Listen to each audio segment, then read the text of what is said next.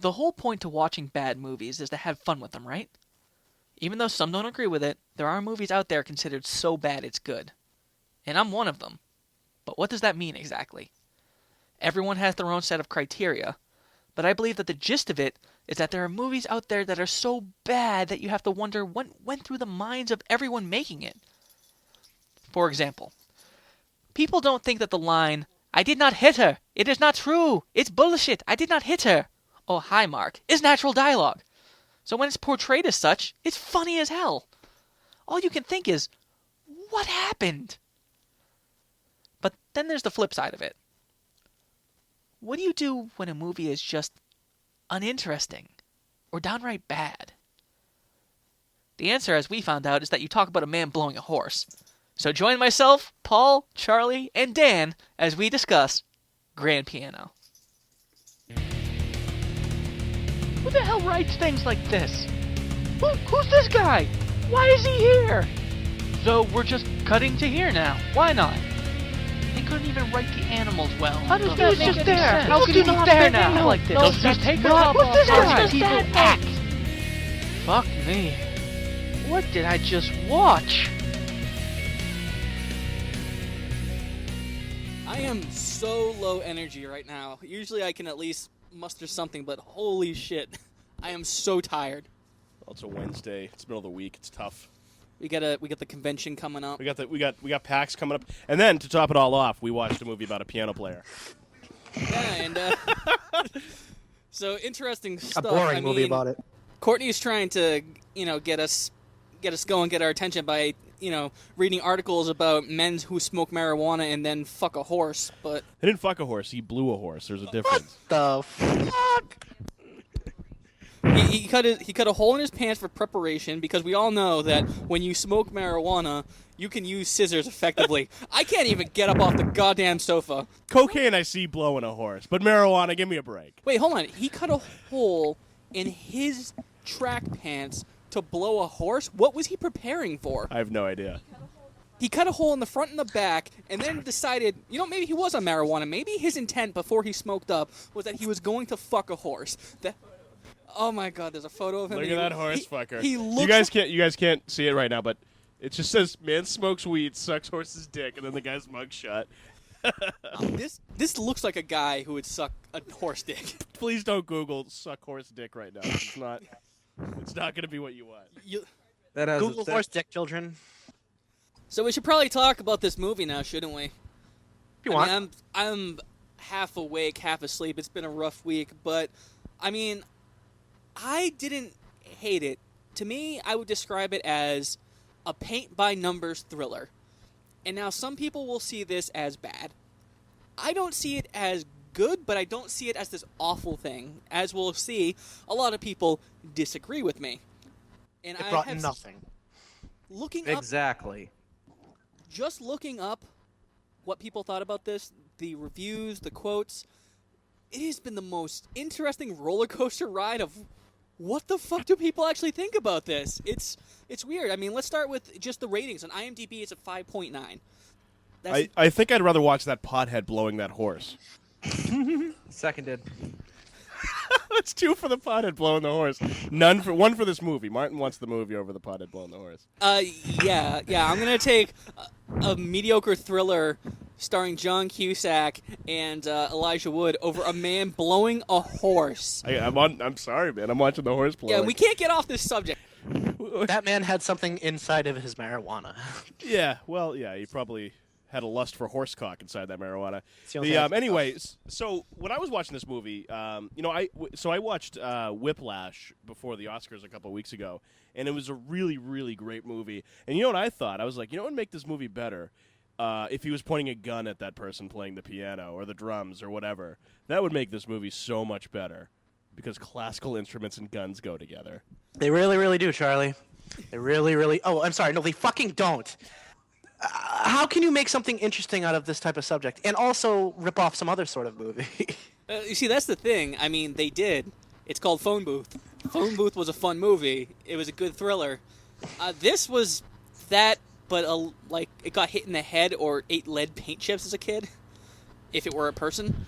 I mean, like I was saying before, IMDb gave it a 5.9, which isn't the worst we've done on the show. I kind of think that's appropriate. Maybe even like a 5 or a 4. I mean, on Rotten Tomatoes, 77% of critics like this movie, which I don't understand that, but only 48% of audiences like this movie. On Amazon, it has 3 out of 5 stars, and on Netflix, it has 3 out of 2. If you notice everything except for the critics on Rotten Tomatoes, everything is right in the middle. Like, right how I feel about the movie. Like, I saw it, and I was done. And that was it. I honestly can't remember a lot of this movie. It's sort of like, there's a movie that came out starring Peter McNichol called Dragon Slayer. I've seen that movie dozens of times, and I can't remember a single scene from it, except for, well, with 1 or 2 exceptions. I even rented it before so that I could sit down and pay attention to say, okay, I'm finally going to remember this movie. You know what? I still don't remember what the fuck happened. And the same thing happened with this one. I mean, I'm not saying it was bad, but when Paul and I were discussing it at work, like a little earlier, I couldn't remember half of what was going on. He had to fill me in. Yeah, and I was half asleep. I thought I wasn't going to remember any of this shit, which I regret. Well, last podcast where we actually picked this one is described as like Speed with a grand piano. Like, how much better of a movie would that be? Like, you slow down playing this fucking piano, it's going to explode. Like, I thought it was going to be on the back of a truck or something. I think that was a Looney Tunes cartoon, actually. But that would have been so much more fun. yeah. I'd love to see Looney Tunes take on this subject. It's not like they haven't had people point guns at each other on that goddamn show. Exactly. Well, it is rabbit season. Duck Duck season. season. Ah, right. So yeah, I don't know how much I can actually say about this, since my only thought about it is that it did everything it needed to do and nothing more. It's like a Chromebook. You're not going to get much out of it other than what you put into it. And whatever it gives you, you're either going to allow your suspension of disbelief to kick in, or you're not. That's where it seems to fall. I mean, this says it nicely. Her name is Caroline Gillette. She's from the Daily Express. She gave the score 3 out of 5, and she said it's complete codswallop, but not entirely awful. So now I put it on your mercy, all 3 of you. Why was this movie awful? PT, let's start with you because you have been the angriest. Yeah, you've been bitching about this movie. I guess so. I've never had a movie not relate to me this much, you know? I enjoy classical symphonies and stuff like that, but not to the extent that I would go out of my way to, like, view it or view a movie about it. And the phone booth / speed ripoff of this movie is just not enough to keep your interest. The dialogue is very boring. It's just plain old. There's no development at all of the bad guy. Not fucking once. I was completely confused of what the hell his motivation was. I didn't even know about this goddamn key in a box. Yeah, well, I got a question about so the director's Spanish, if I'm not mistaken. I don't fucking know. And then when it starts, so when the movie starts, it did the same shit as the last fucking movie we watched. What was it? The Witching and Bitching? Witching and Bitching. And it was like, Le Producción. And I was like, son of a bitch. And I was like, it's in Spanish again. I was like, fuck this. I'm just going to make it up that I actually watched this piece of shit. And it turned out, I was, obviously Elijah Wood and John Cusack were in it. So they didn't speak fucking Spanish. It was in English. But the writing was pretty shitty. Was the director Spanish? Is English not his first fucking language? Does that make it shitty? Is that what this show is coming to? We're blaming movies for being bad because someone's Spanish? Charlie, I didn't think we were racist. I I thought didn't that's think what that this either. podcast was all about. No. I think you're confused about the KKK podcast that we put on. Oh, Wait, that's hang on. right. We should we record that later. I'm sorry, That's a guys. secret one. Hang on. This is the movie podcast. That's right. Okay, so I'll ask you, Dan. What was so bad about this movie? Well, besides the fact that I could have been watching Archer instead, and I think that was really the thing of it. I mean, it was just a blank space that you could have inserted better movies into. And I just could not get over the fact that it just seemed like the most convoluted way to get at whatever the Swiss bank account. I mean, there were so many other ways I could have done that. I could have cut the... Swiss bank account? What?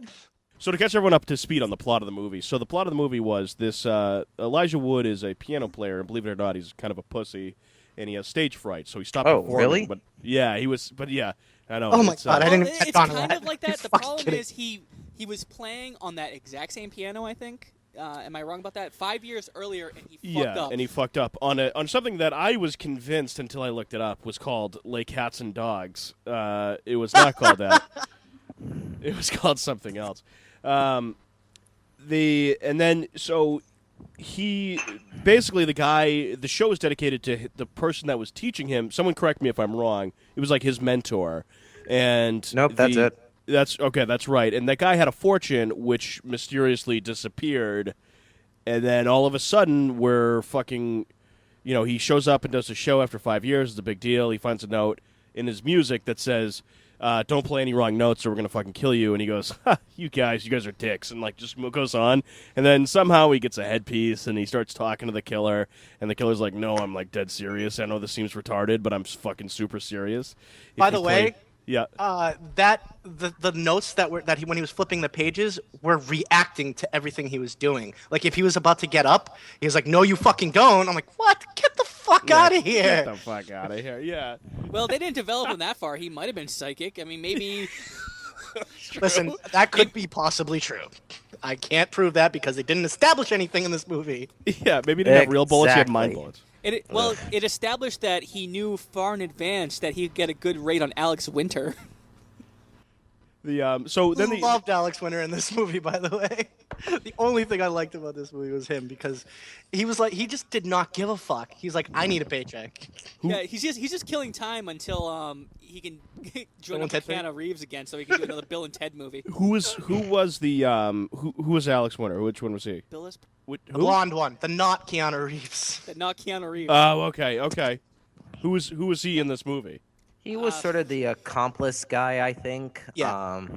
The usher who turns out to be killing people with his stun gun, because that's how stun guns work.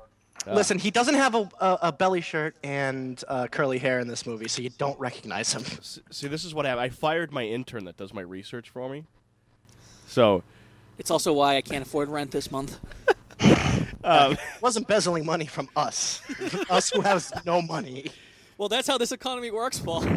speaking of which, have you slept in your sleep number bed yet, Paul? Anyway, no, we're not doing any ads. No fucking ads, Charlie. We're not getting paid for them. I keep saying this. So anyway, in this notebook that he has, it says "Don't miss a note." He goes back to his dressing room. She's freaking out, and then he gets a headset on. They kill Rudy. It looked like Rudy. It wasn't Rudy though. So yeah, it was that guy is actually on Downton Abbey. Yeah. Okay. Yeah. I've actually said he's little Sean Astin. Yeah. Yeah. That's exactly because it kind of looked like Sean Astin, but it was not. He looks exactly like him. It's strange. Yeah. Yeah. Sean Astin was at Comic-Con in Boston this year. I hope he comes again next year so we can ask him just to confirm. We're like, were you in the Grand Piano movie? So anyway, so then it turns out that a guy is he kills his so little Sean Astin is his brother, and his girlfriend or something is there to see the show. He ends I up thought killing that was both like of he them. was like I thought he was like a publicist or something for some lady who was a big bitch or something. I don't know. I don't know. She was his girlfriend / ex-wife / Here's the thing. I am trying to be as descriptive as possible, but I can't remember what the. It's like someone just. It's like the Men in Black came in and was just like, all right, you saw an Exactly. alien, you saw a diabolical cat, you saw Grand Piano. Oh fuck, you need this. Yeah, the problem is the Men in Black's name is George Dickel Martin. That's what happened. Who the fuck is Dickel? All I hear is Dick, and I'm like, fuck you. It's whiskey. It's cheap whiskey. Delicious whiskey. Yes, it is. Well, let's start at a point of the movie. Let's start like not the beginning, but like when it starts to establish, like when he starts to get on a cell phone. That's like after. Yeah, so that's John where we're at. So he Cusack was goes talking and gets about. the headpiece. Yeah, he gets the headpiece, and then something. He plays the piano. There's supposed to be this cat Oh and my mouse God. game, which is done very meh, because most of the movie is just him playing piano. You know what? I tuned out most of the time to start listening to the music. Do you guys like classical? Yeah. I don't hate it, but it didn't. Like I said, did not reel me in. Yeah, I The mean, music was good. as I was listening to the movie, I got the dialogue. I understood what was going on.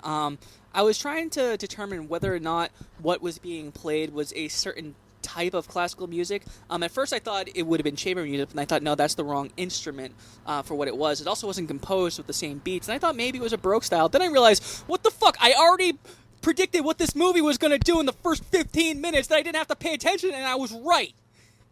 And you know what? I'm yelling about it now because it does anger me, but I still can't say that this was a bad movie. It was just so meh. I don't know what to say about it. Show us on the doll where the movie touched you, Martin.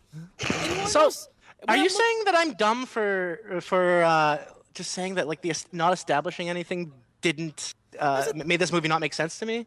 That's the thing. No, it did establish things. It just did it in such throwaway lines. That's why I keep saying Paint by Numbers So- is a great example of this, because you have this thing that needs to be accomplished, and they do it. Whether or not it works the way you want it to, it's a different story, but it does it.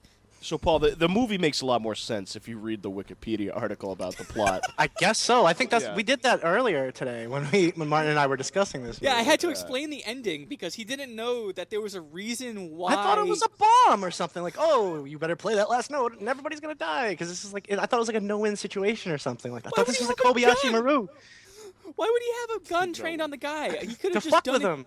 You wouldn't even need that. You just need to say, "Hey, there's a bomb in the piano. You stop playing. Yeah, we're gonna rip off Speed instead of Phone Booth this time." So back to the plot. So the guy apparently there's a sniper in the audience, and he's going to shoot Elijah Wood if he fucks up playing the piano at any point. And the reason he's doing this is because there's a hidden key within the piano, and you have to play the keys correctly because it was his mentor's piano.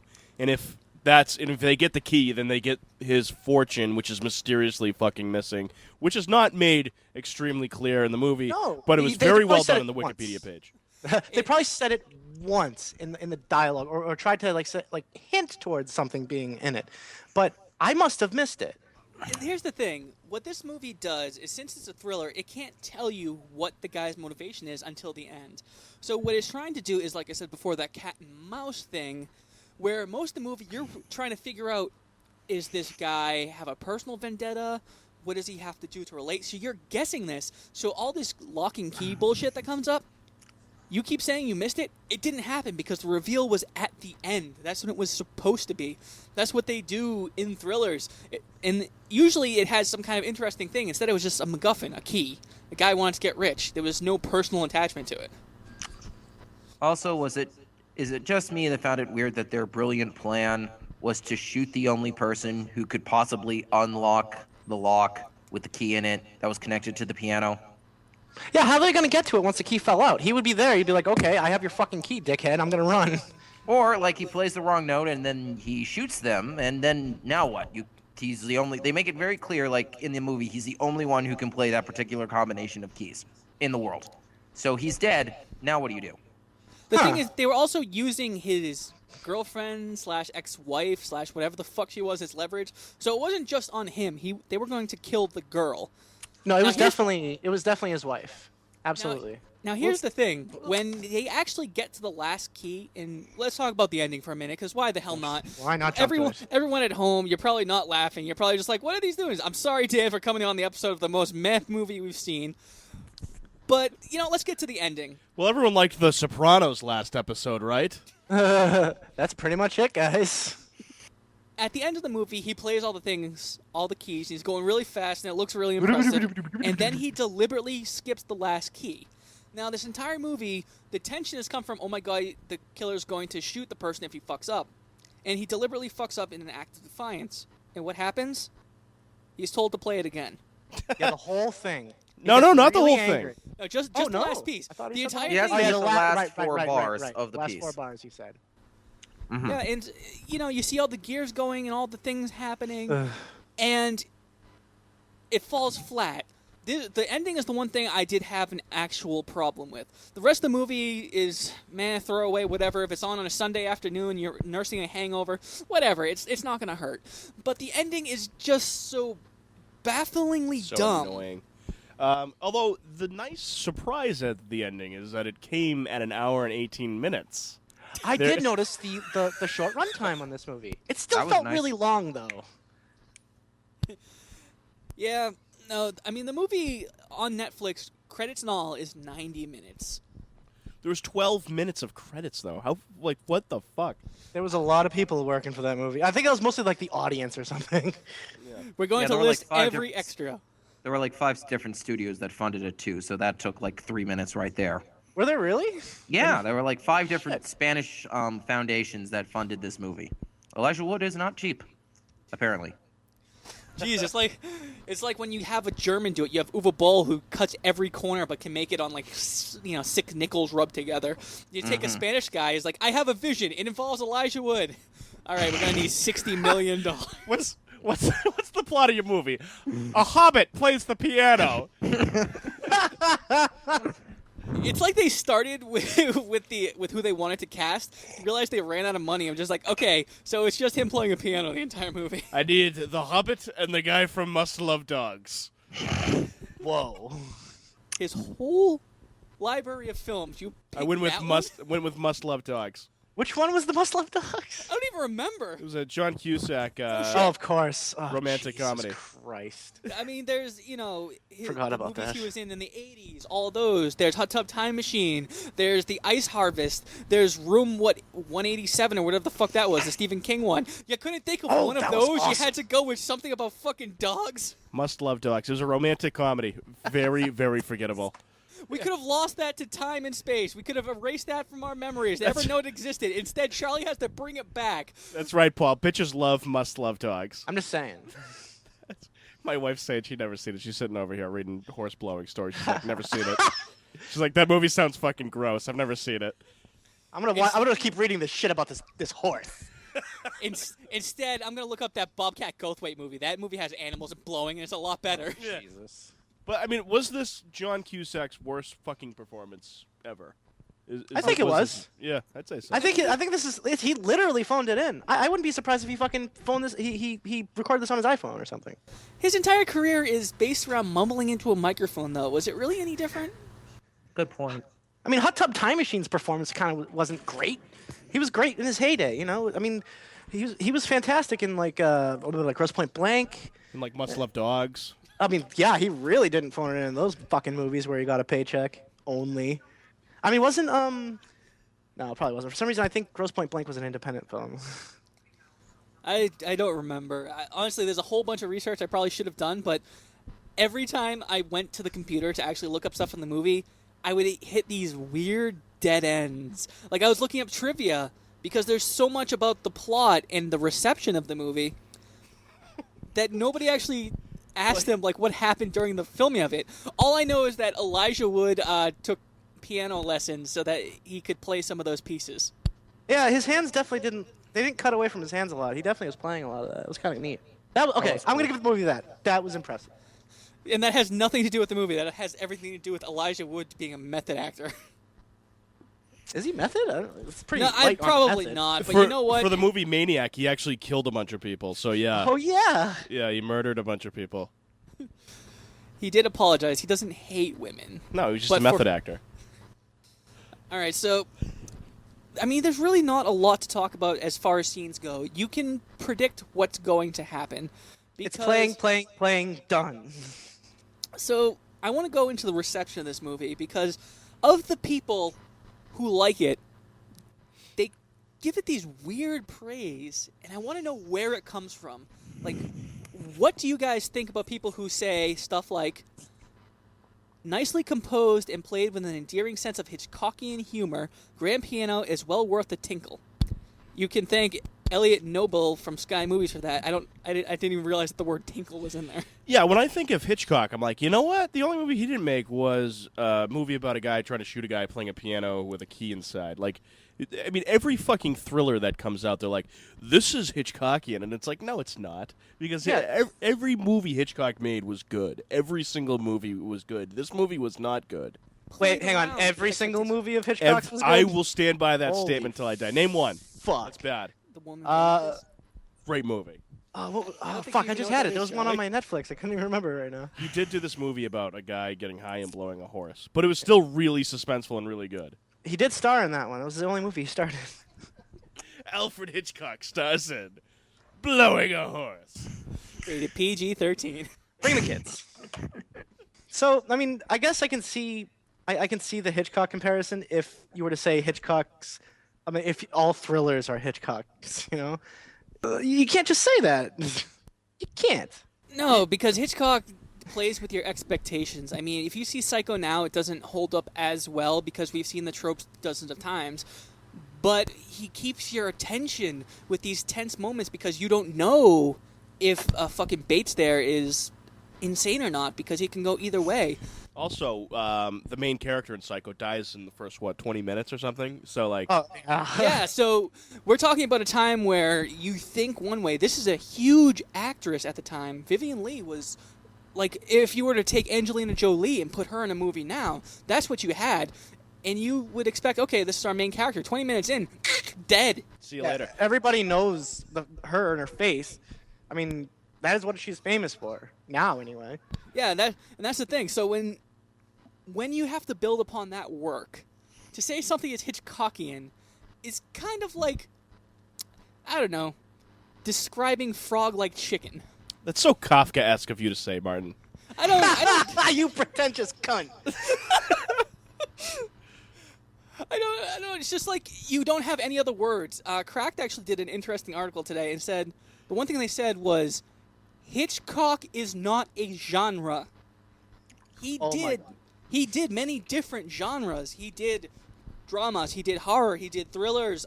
He did Lifeboat. That's just a fucking bunch of people who couldn't swim and jumped into a boat.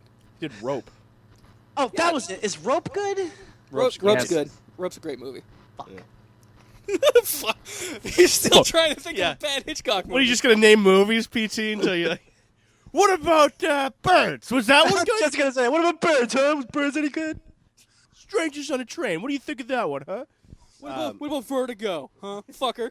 There was some guy who gets dizzy. Oh yeah, I never seen Vertigo. That was the only reason I didn't see it, because I didn't like the concept.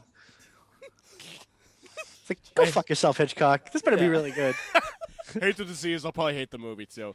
So I thought one of the coolest scenes. So towards the end, you get, Elijah Wood is eventually just like, you know what, fuck this guy. Let him shoot me. He probably thinks so. Danimal, you touched upon this. You said something to the effect of, why is he going to shoot that guy? He's probably thought the same thing at some point. He's like, you know what, fuck this guy. I'm just not going to do what he says, and let's see if he shoots me. And then the guy doesn't. Exactly. Yeah. Because Elijah Wood, despite the fact that there's a gun pointed on him, there's no suspense because Elijah's got all the, whatever the hell his character's name is, has all the power because he's the only one who can open the safe. So he's not going to get shot. His wife's not going to get shot. No one's going to die. In fact, this is all probably going to end with them taking him backstage and giving him 50%. I mean, how else are they going to get it open without Elijah playing the keys? A sledgehammer? That's another thing. Why couldn't they just take a sledgehammer to the damn piano in the first and be done with it? Why, with the shooting and the... Because I would love to. butthole. I would love to see this movie starring John Cusack and Eddie Murphy in this wacky heist caper where they have to steal a piano. Oh, I Yeah. think And we then were replace talking about that. What if this movie should have been a fucking comedy? It should have That been a would've been spoof awesome. on. It should have, yeah, exactly. It should have been a spoof on not only thrillers but like Phone Booth and Speed and all those other fucking kind of movies. God damn, this movie would have been great if it were a spoof. I think if I was directing this movie, I would have had it starred Elijah Wood, John Cusack, and Dan Schneider. And Dan would have just came in with a sledgehammer, which is like, guys, I got this. Put the gun down. I got this. That is our special guest Dan, in case anybody doesn't know. And if anyone's trying, it's Dan Schneider. If anyone's trying to steal his identity or anything, so Speaking of which, why would you build an incredibly complicated safe to hold one iron key, and once you get the iron key, you get all the money? I mean, Skyrim rules, Dan. Skyrim rules. I can get behind Skyrim rules. I just think that if it was my money, I would acquire a photo ID or something before you can get at it. It just makes. Do we know if it was money? Could it have been like a treasure chest or something, or like filled with doubloons? Oh, you know what would They be even say better? somewhere in there that it's a Swiss bank account. They say it's money in Switzerland and the key's in the box, and they need the key. Which of course makes sense because this goes by Harry Potter rules. We have to go to fucking Hogwarts, then you have to go to a goblin bank and then turn a key. Because Yeah, that's how essentially, reality works. yes. I don't know, the whole that part. Like I saw it coming from the first 10 minutes of the movie because I've seen Phone Booth, I've seen these things, and I thought that while I can't defend the movie, I can say that its predictability isn't all that bad, but it does have one problem. Like I could just turn it off and I can come back in and come back out of the movie and know what's going to happen. Where that falls flat is when the ending is supposed to be this big reveal. And I thought that after seeing movies like Phone Booth, where they're competently made by true artists, I knew it wasn't of that quality, so I knew that it wouldn't be a good twist. So in the first 15 minutes, I said, "Oh, the pianos are safe." You know what I would have loved to have seen? If this movie, instead of a piano, it's basically just three awkward guys standing around a statue of a man with an erection, and the only way to get the key out is to just start making a jerking off motion. On the fake dick, of course, right? Of course. Okay. And then, Phew. and then slowly the reveal goes No, on the that other you have guys. to blow it. No, I thought it was like you gotta make the motion in the air, that it spurts or something. I'm like, no, you gotta There's touch three the dick. guys, and then they fuck each other. That's the movie I wanted to Boy. see. Yeah. In fact, I'm just gonna watch this porn right now. All right, so if this was a porno movie, would you guys watch it? Absolutely. No, I mean, why? Why would you? You like a story, PT? Yeah, sure. I like a good story. I used to think I liked the story, and then I bought when I was 18, to celebrate. I bought a porno called Star Wars: The Phantom Anus. Ooh. And I thought the same thing. I'm like, oh, it's gonna be like a Star Wars porno riff, and it was just literally butt fucking scenes. There was no story. Boo.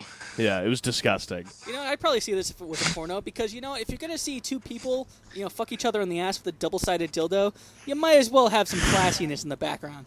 Yeah, I have a little bit of Elijah Wood playing a piano. Would you guys watch this movie if it was Elijah Wood and John Cusack going ass to ass with a double-sided dildo? Oh my God. Is it on Netflix? Only if it's on Netflix. I'm not renting it, but yes, I'll watch it. Netflix has the uncensored director's cut of both volumes of Nymphomaniac, so they would Holy probably put shit! that up. Really? Really? Yeah. You want to see an awkward blowjob scene on a train? It's there. Sure. I'm down.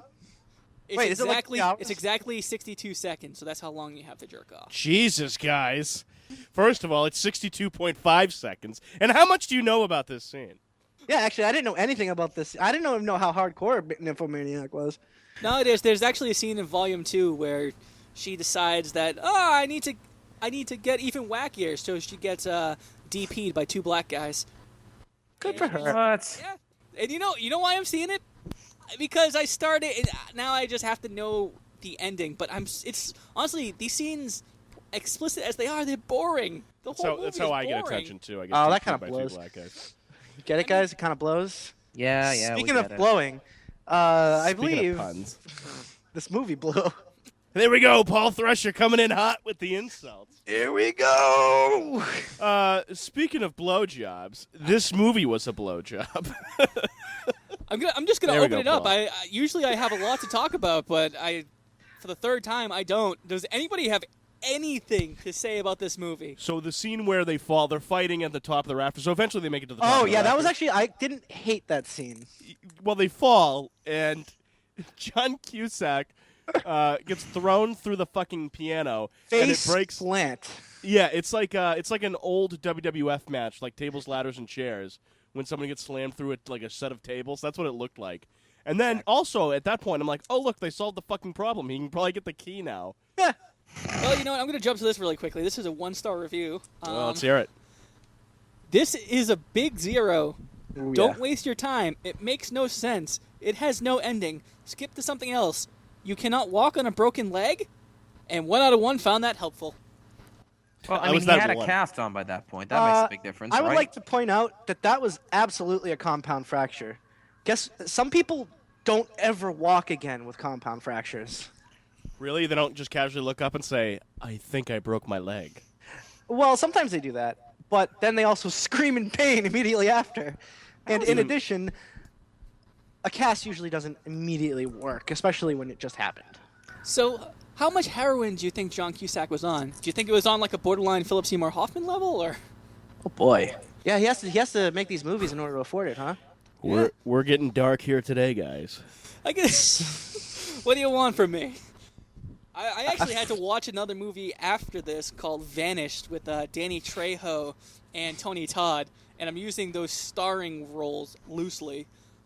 So maybe I have a little bit more of a perspective where I can't hate the movie and I can't like it because immediately after watching Grand Piano, I went right into that clusterfuck. Well, Danny Trejo has been known to say, "I will always do your movie." It's true. He It's true. will do, if you have the money, you You will be able to get Trejo in there. I Dude. had That's good. I had a family album, some of which were videos, and I actually hired Danny Trejo to be my caterer. Yeah, pay him enough money, he'll do whatever. How much do you think it would cost to get him on the podcast? Probably as much as it would to, as a a full month of Lip sync. of shooting. If I'm like, I'll give you $1,000, Trejo, do you think he'd bite? He'll only be able to do it through Skype though. Yeah, it would only. That's be, okay. If we Skype him in, you guys okay with Skype? I think if you throw it in and just say, look, it's an hour of your time. That's $1,000 an hour. That's worth it. Yeah, I think that's reasonable. I do. This it is for- shooting ideas with some jerk from Boston and Charlie. Yeah, well, this is for our accountant. If our accountant's listening, we need to discuss. Charlie, you're our accountant. That's right. All right, we've exhausted this movie. And there's There's not much to talk about. I mean, so the point is that it was very much a cookie cutter film. But like, why, if you're gonna do a cookie cutter film, why get Elijah Wood and John Cusack? Like, why even spend the money? I Like, think they what's the thought fucking Star point? Power would get them in theaters, but obviously didn't. Well, the truth is like distribution goes through the studios more often than not. So Okay. the studios decide on which theater gets in, how many are going to get run, and all of that. Good call. These were no-name studios. Right. So it was no name studios, but I mean, this is where, if this is something worth a shit, indie theaters might pick it up. I know here in Yeah. yeah, they didn't. and they didn't. No. As they shouldn't have. I'm very glad about that decision that every fucking indie theater in the country decided to make. I mean, that's the thing. This is probably a paycheck movie. Imagine you have some time to kill. You're going to drop your rates as long as it's only a week or two of filming. This couldn't But have then taken again, that doesn't make sense because 3 months prior, Elijah Wood fucking took lessons to play the piano. So this had some thought going into it. Or maybe he was doing that anyway, or maybe his Wilford money ran out. I don't know. All right, guys, we're fucking done. So you want to do some 5-star and 1-star reviews? Let's do them. All right, let's start with the 5 stars. These are the people who loved this movie. On par with Citizen Kane, the fucking Lego Movie, Birth of a Nation. Birth of a Nation. It's been a while since we mentioned Birth of a Nation on this show. It's been a whole episode. All right, so I went into this film with very low expectations and was blown away at what I saw. It had me at the edge of my seat, and I could not get enough of this little gem of a thriller. True or false? This man has never seen a thriller. No, he Yeah. has, but he's getting paid enough money by somebody to write a positive review. That's my take. That's too logical. I want to think imaginative. I'd like to think this is like he just discovered moving pictures. He was like, "What is this?" And he sat down and was like, "My God, this was the best experience I ever had." This man smoked a bunch of weed, sat down, thought this was amazing, and decided to continue his day by blowing a horse. Yeah, exactly. Just what I was thinking. The guy's username is Horsefucker on Amazon. So Oh, there we go. I keep wanting to quote Super Troopers, but I know that quote's Bearfucker. how many This stars? film is so absurd, so horribly written, so inaccurate for any musician watching that one can't help but absolutely love it. Yes, this film should be considered the room for musicians. I can't wait to use this film at a watch party. Oh, 5-star come on, review. I'd Far rather too watch The boring. fucking Room. I'm not kidding about that either, and I fucking hate The Room. Here's the next 5-star review. The best way to watch this movie is with no expectations. There we go. Why is that 5 stars? Yeah, why is that 5 The- stars? So the thing about The Room, people and I hate to generalize this, and I feel like we pick on the hipsters a lot on this show, but the hipsters that are like, "Oh, this is so bad, it's awesome," kind of thing. It's just it's too commonplace now where they apply that to too many things. The Room was a fucking anomaly, and it wasn't like the first. The Room was shitty, and it's fun to watch, and it's a good time because it's so bad. But it didn't. That wasn't the first one. Like Ed Wood, fucking Oh, Ed Wood had that in the bag. right. Evil Dead, fucking Sam Raimi, Bruce Campbell. They perfected it, And then Those are tough watches sometimes, though. I'm not gonna lie. At least the first movie, which one? Evil Dead. Oh, it's great. Oh, I'll watch the second one no tomorrow. But goddamn, the first one. Anyway, my point is that it's too commonplace, and this was bad, but it's not bad enough where it's fucking enjoyable. It's just a bad movie. There's a fucking difference. Really Well, all right, let's move on to the 1-star reviews. All right, boy. here we go. Tom, Elijah Wood, is married to movie star Emma Kate Beach? Whatever. They are the annoying type of people who walk around with a phone in their ear. In Florida, it is almost legal to kill them. This man hates Bluetooth technology, and he's taking it out on this movie. Wow, that has nothing to do with the movie, friend. He's like, But thanks I for the saw 1 star. I saw this infomercial, didn't like it, not gonna buy the product. This next person says, if you want to suspend disbelief, combine this with Gravity and have the jerk-off pianist playing in outer space while George Clooney conducts. What? That'd be a better movie. I guess. Next up, we have boring, lame. Elijah Wood should just stick to what he does best, which is being a midget in stupid Dungeons and Dragons movies. Sure, take that, Elijah. Yeah. and I the- think I mean, it would have been funnier if like Elijah Wood should stick to what he does best, like being Macaulay Culkin's younger brother when he's like a creepo. Oh boy. Ooh, that was reaching right back to what 1992. 92, yeah. I'd like to correct you. It was his cousin, and he killed his brother. PT, this is why no one went to your birthday. Oh. But mine's my twin brother. Everybody went to his birthday. Exactly. Oh. And here's the most egregious of 1-star reviews. Do not be misled. There is no closed caption on this DVD, even though it's marked as such. What? So if that is a necessity for you, pass on this one. Yeah, apparently the DVD says it's closed captioned, and it's not. And on That's top of kind of that, bullshit. and on top Why? of that, apparently some deaf person actually tried to watch this movie and succeeded Yeah. without subtitles. Grand Piano's a big middle finger to the deaf community. You can't. You not only cannot hear this fucking music, you can't hear this dialogue. Yeah, and we're not gonna close caption it, so suck a dick. All right, guys, you ready to pick the next movie? Should we? What about the recommendations? We're gonna do would we recommend this? Oh, yeah, I think. fuck. I think the people know. That was never really a. I just kind of said that. I didn't realize that you thought that was a bit. All right, you know what? That's a All right, staple. So, would you guys recommend this, No. Charlie? I'm glad we did this, you guys. No, I wouldn't recommend this. Yeah. It's boring. It's it's not good. It's derivative. It's bad. You know. All right. So, let's just move on to the next movie. And I swear, I had to review this a few times just to make sure we didn't end up with another Grand Piano. Because even though I didn't hate the movie and I got some enjoyment out of it, I can't recommend it. It's just impossible. So here are the movies. You guys ready? Yes. Yeah, I have a strategy to this one this time. I'm going to go completely opposite of my instinct. Usually it's like, I go with like, hey, maybe I won't be tortured by this movie. I did that this time with Elijah Wood's fucking monstrosity of a Grand Piano. Yeah, but you can't because I mean Martin's I'm just a gonna- dick. And he's just, Yeah, that's going to Yeah. Well, backfire hopefully they on you all sound horribly. terrible, so it'll fuck us all in the end either way. So here are the three movies. The first one is Wendy Wu, Homecoming Warrior. It's about a teen girl focusing on becoming homecoming queen until she learns she has the soul of an ancient female warrior destined to battle an evil spirit. Brought to you by Disney. Aw. Oh my god! The wife's tripping at it? She goes, "That's a Disney film." All right, so the next one. Is it in English? Yes, It says Wendy Wu in the fucking title. Are you sure? I'm pretty sure. I think Okay. if my relationship matters, I'm not going to vote for that one. So the next one is called The History of Future Folk. It's about an alien who is about to colonize Earth, meaning take it over, hears Earth music, and then doesn't. That's the movie. I'm sorry. Can you repeat that one? So that one's called The History of Future Folk. Yes. Aliens decide to leave Earth alone because their music is awesome. Oh my god. Is that a 1980s film? No. What music are they listening to? Like, are we listening to Beethoven or Justin Bieber? Dan, don't give away the whole plot. Jesus. I am just saying it would make a difference in what the type of movie it is. That's all. I'm guessing since the word folk is in the title, it's folk music.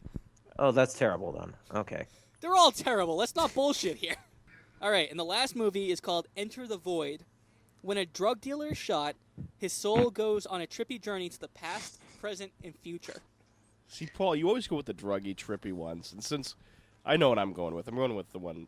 I'll let you guys go first. I don't think I've ever gone with the druggy trippy ones. Yeah, actually, he hasn't. All right, but Paul, go first. Which one do you Oh. want? Wendy Wu, Homecoming Warrior, The History of Future Folk, or Enter the Void? I want to go with the history of future folk. I want to see some fucking crazy aliens. You fucking asshole. I kind of like folk music, you guys. Go suck a dick. just- Go suck a horse cock. It's all good. I'll write an article about you. Dan! I gotta go with the one where she finds she has the ancient soul of a Chinese warrior and wants to be homecoming queen. Yes, Danimal! Clear you. no-brainer for there. Oh no. Fuck you. Especially since Paul said it was going to ruin his relationship. Why do I- So, yeah, it's a layup for me, too. I mean, I don't really give a shit what it's about, but as soon as I heard Paul go, oh, this will ruin my relationship, I'm going with Wendy Wu as well. Do it. You know what? I'm gonna give Courtney a say. Why don't you give her the mic real quick? All right, we got my wife, Courtney, chirping in here. What do you got? I want the Wendy Wu one. Wendy Wu! She doesn't give a shit about your relationship either, Paul. So. Jen might not even fucking like it anyway. Why did I put this on the list? Why do I do this to us? So there's a Disney flick. This made the episode worth it. Yep. So, yeah, that's our next movie. Wendy Wu, Homecoming Warrior. A Disney Kung Fu film, I guess? Yes. Wait, it's not animated, is it? No. Oh, No, okay. that makes it My weird. relationship's fine. All right, so fuck you, and I'm sorry, Courtney, but fuck you too. Get off my internet. Get the fuck out.